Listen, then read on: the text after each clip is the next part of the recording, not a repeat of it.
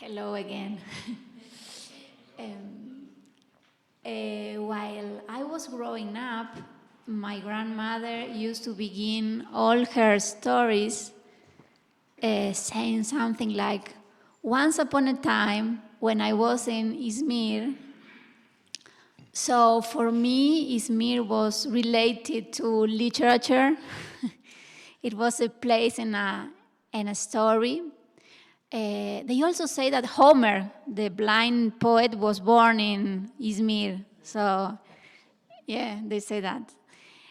So I'm going to begin with my first image. Let me ask you, Wayne. Was that your parents' wedding? Yes, in the film, yes, my parents went.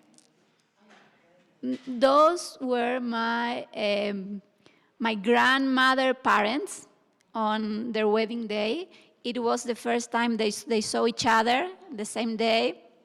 Yes, because he had seen a picture of her and he decided that she was okay. And, That's the best you can do. and his father bring her from Izmir to Buenos Aires, and she arrived and married the very same day. They have never seen before. So when she got pregnant with my grandmother, she says that she going to give birth in Izmir. So they went back. And it's not by plane. And then started the World War I, and the army was going to take him. So he took the last ship, as I read yesterday, and came to America to escape. And my grandmother, just born, and her mother stay in Izmir. They never see him again. And that's why when my grandmother grew up, she decided to came to America and find her father. She never did. Let's go to the other picture. To the other, and then we come back. No, the one with the little girl. That was my grandmother when she was a kid. And that's the photo I talked about yesterday, the photo I found. And in the other side of the photo, there was the Solitreo letters, those one I told you about yesterday. Her mother asked for help because she wanted to find her husband in America. And she sent a picture with a little girl, and she says, this is my child. I'm growing her with a lot of pain. In the school, they say to her that she's an hija sin padre, and she cries, please help me to find him. But they never did. After I do the whole research in order to write the book, because we apply to get the Spanish nationality, they give us for being Sephardic. I make a whole research. I started to do because they ask you some information in the forms to order for apply for the nationality, but then I decided to keep going, and I find lots and lots of things. So after that, my father decided that the whole family have to return to Izmir and find out if the information I found was true. So this is the Portugal synagogue. My great-great-grandparents married there. And that's the document you were seeing at the first time. El documento que tiene el círculo rojo. This one. This says how you say la dote? The dowry. The dowry was, and in which coin you pay, and the name of the groom and the bride. That's what they pay. Liras, Luigi, I don't know the name of the different coins. So we have the opportunity to visit the synagogue where they get married. That's for my mother's side, the Aruch. amazing. Where did you find this? It was a long road. It's in all the archives, or lots of archives from Izmir. They are not in Izmir, they're in Israel. So there, yes.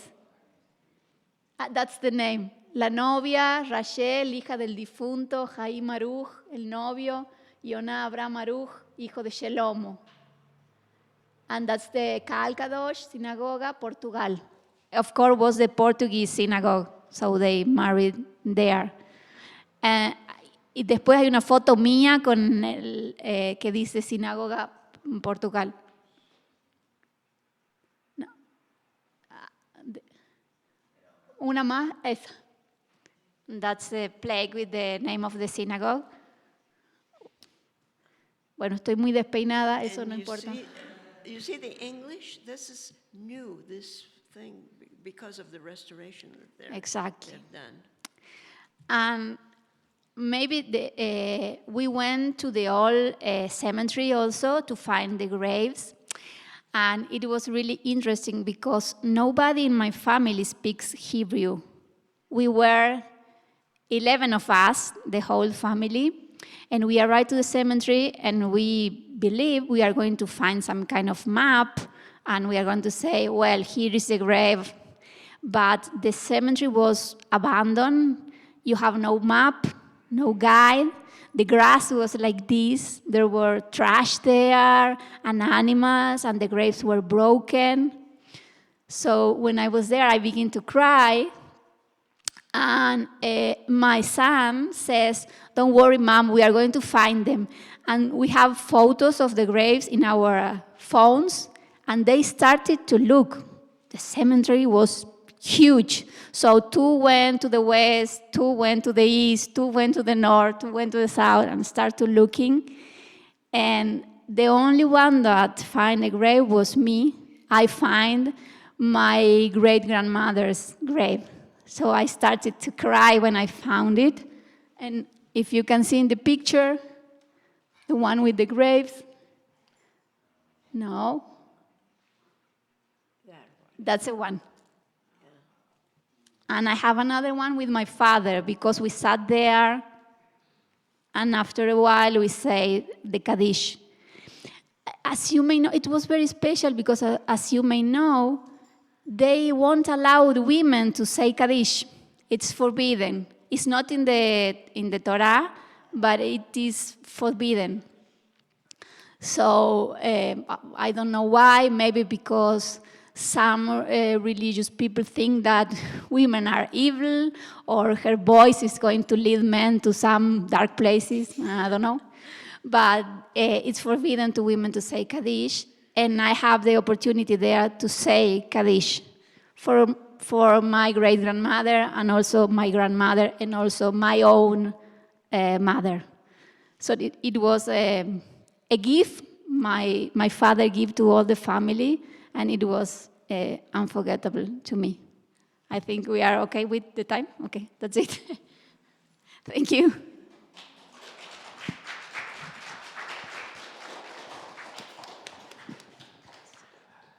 Thank you. Thank you very much, Rachel, Denise, for this wonderful presentation. Now we have a little bit of time for maybe a couple of questions. If somebody wanted to ask something. Can you come to the microphone, please?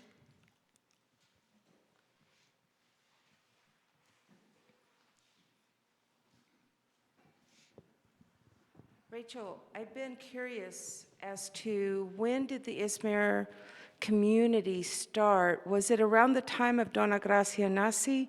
Yes, we have around that time, but Dona Gracia, it seems, never came to Izmir, but she donated money, and we have a synagogue called La Signora, which is, we presume it's from her. I don't think, so far as I know, found any evidence that the money came from her, but they think that that was why it was named La Signora, because she had been referred to in the community as La Señora. And I don't know if you know the story of Dona Gracia, yeah. Yeah. There's also one that they know was donated by Dona Gracia in Istanbul, and that one is also called La Señora, so that's... So I found out in 2011 that Dona Gracia had purchased the land grants from the Sultan because she found favor with him for Jerusalem, Sfat, and Tveria. Oh, yeah. And then I found out that 15 Loya families immigrated to Israel around that time. And so there was 15 Loya families there. And then I found out later that there's an ancient Loya synagogue south of the Galilee. And so it was because of her, it was that same timeline. Well, she was the first one to imagine and do something Yes. about creating A home. a home in the Holy Land Yes. at the time. Yes. Thank you for bringing that up. I just want to say that there are Loyas, Sephardic people in Istanbul. Yes, yes, they migrated there with her because she had the shipping company. You know, she owned ships, so. Very nice, very Yeah, interesting. Thank that was exciting because I've been waiting to ask you that. you. Thank you very much. Another question? Last question. There may be some on Zoom, maybe. I don't know. I have a feeling that people in Izmir lived harmoniously. Was there a level of anti-Semitism in Izmir, which I don't think you've talked about? No, I didn't, because the anti-Semitism in Turkey started with the nationalism that led to the creation of the Turkish Republic. In other words, in the Ottoman Empire, there was no sense of national unity. People were left alone. That's the reason we kept the language, because each community, it was made up of mostly, at its largest, the Ottoman Empire was mostly non-Muslim, non-Turkish. I mean, it ranged from the gates of Vienna all the way to Baghdad and that area. And it was just enormous. And so the sultans developed a system of governing by letting all the ethnic groups be self-governing. And so they had, their own schools, hospitals, courts. They only involved the Ottoman courts if it was between a Muslim and a non-Muslim that applied to resolve whatever they're fighting about. But otherwise, all that, if between two Jews, it was the Jewish court. So that's why we lived sometimes mixed, because there was no law that you couldn't live in the Judea. Anybody could come and live there. But we meaning the Ottoman Jews, lived very harmoniously. The only problem of anti-Semitism during the Ottoman Empire was the blood libel. There was a big one in Damascus in the 1800s that the Sultan had to interfere and declare that this was a false accusation. You know about the blood libel. So, but in the Turkish Republic, there were at first, after a few years, after it was, campaigns to speak Turkish in public. And if, even in my time when we were out in the street, our parents, and they would see a neighbor and start speaking in Spanish, and we would say, "Mama, no hables, no," because somebody would come and say, "Citizen, speak Turkish," Vatandaş Türkçe konuş, in Turkish. That led, and then it was very vulnerable to the anti-Semitism that was going on in Europe before the Second World War because of some journalists who were copying, demeaning cartoons from the German press and putting them in the Turkish newspapers and things like that. And I laugh because when I was a child, some Turkish kids, to be mean for people who were speaking Spanish in the street, they'd say, "Go to Palestine, you Jew." And now, they don't want the Jews in Palestine anyway. And there were actual pogrom-type things, not with killings, but with, there was one in 1928, if I remember correctly, 24 or 28, in the Balkan side. The European, Turkey is the only country on two continents. The Strait of Istanbul divides it into the Asiatic and the European side. And in the European side, in the cities like Edirne, Tekirdağ, and so on, there was a very sad event where there was somehow an organized attack on the Jewish shops. And what do they call it when they start breaking things and whatever? And many Jews had to leave and move to Istanbul, where it was safer. So there are many Istanbul people who trace there. And there's now in Edirne, which was the old Adrianopolis. All these cities have Roman names also.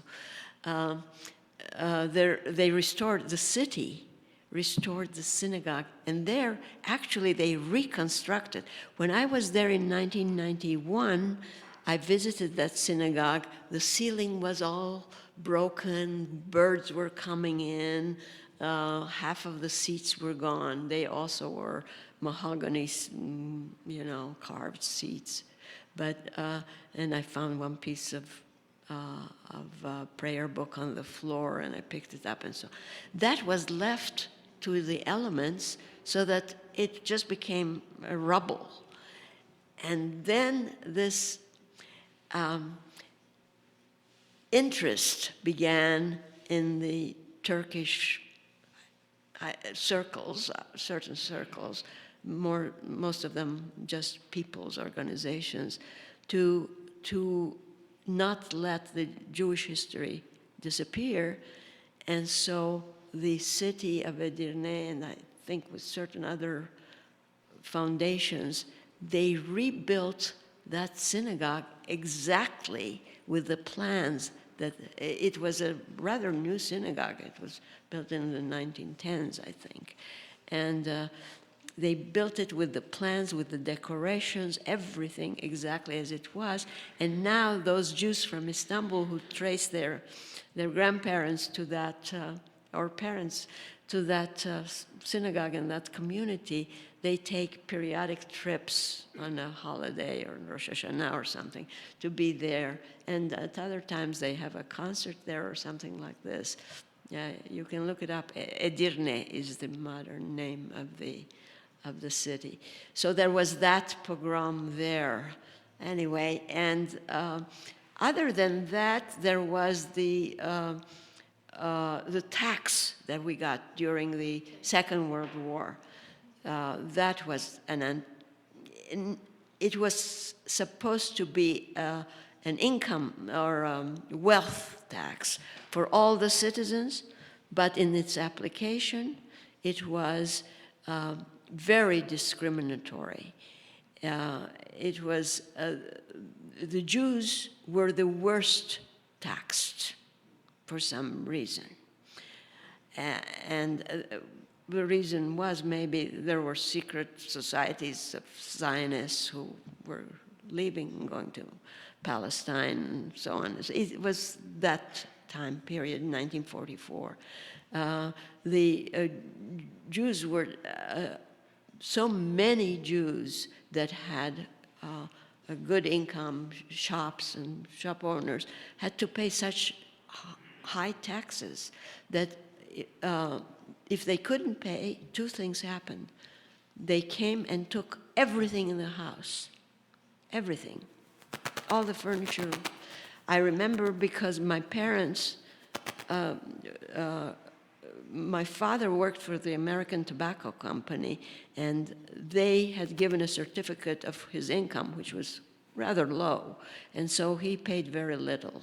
And so we were very lucky. But neighbors, we would get like the neighbors' beds or carpets to keep them, because the government would come and empty their house and take everything. There was an expression in Spanish, los dejaron en tablas. They left them in wood in the floors, nothing but floors in their house. Even if after they took all their property, they still couldn't pay, they sent them to a labor camp in the east to build roads and things like that. But the president of Turkey at the time was İnönü, the second president. They tell the story that he was shamed in some international meeting, and then he rescinded the tax, and everybody came back. Nobody really died, maybe one or two later from getting sick.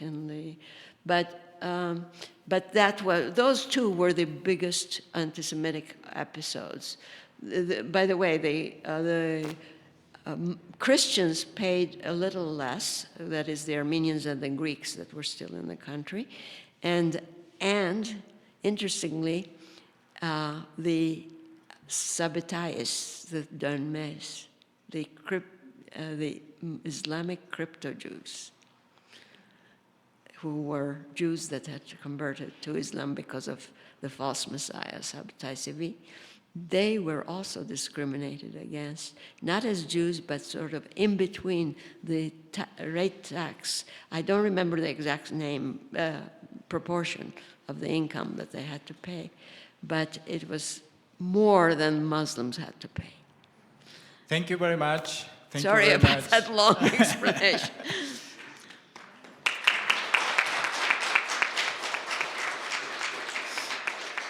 Now I'm going to pass the microphone to Herschel. Thank you, Hector. If I could ask you to just stay up here for a few more minutes. Sure. This is Storytelling Day. We're so grateful for both of you being here. This is the first time that Rachel and Denise have met in person, which is a huge honor for us at Nahalat Shalom to be able to be part of that. Yeah, and we are all so lucky and grateful that you are here. Denise is going to lead with Hector, a writing workshop. So following this segment, we're going to hear from New Mexico Sephardic Jews telling their own personal stories. And after that, everyone will have a chance to write their own story under the guidance of Denise and Hector. And after that, Hector will talk about a book that he has been working on for a while. But Rachel has to catch her flight today. So this is the last time we'll get to be in your presence together. And I just wanted to give a few people an opportunity to say farewell to Rachel, give an appreciation, something that you learned from her or really appreciated about her presence here. So If a couple of people want to go up to the mic. Oh, nice, thank you. That is beautiful. Thank you, Herschel. Yes, oh. We have learned so much from you, Rachel, and from your own personal stories and your own personal history and all that you know about Ladino and Sephardic culture. It's really been incredible. Sophie, Stephanie. Querida Rachel, I met you in 2014, but I did not get a chance to really know you or about your history and about our history, and it's so meaningful. You have fleshed out so much. I have learned an enormous amount in the last couple of days about your family, your city, our culture, our religion, and even your personal life feels like it's tied to mine and probably all of ours. It's very relevant and very precious and valuable to be hearing everything that you have to share. And I really appreciate you very, very much. Thank you for coming. Thank you.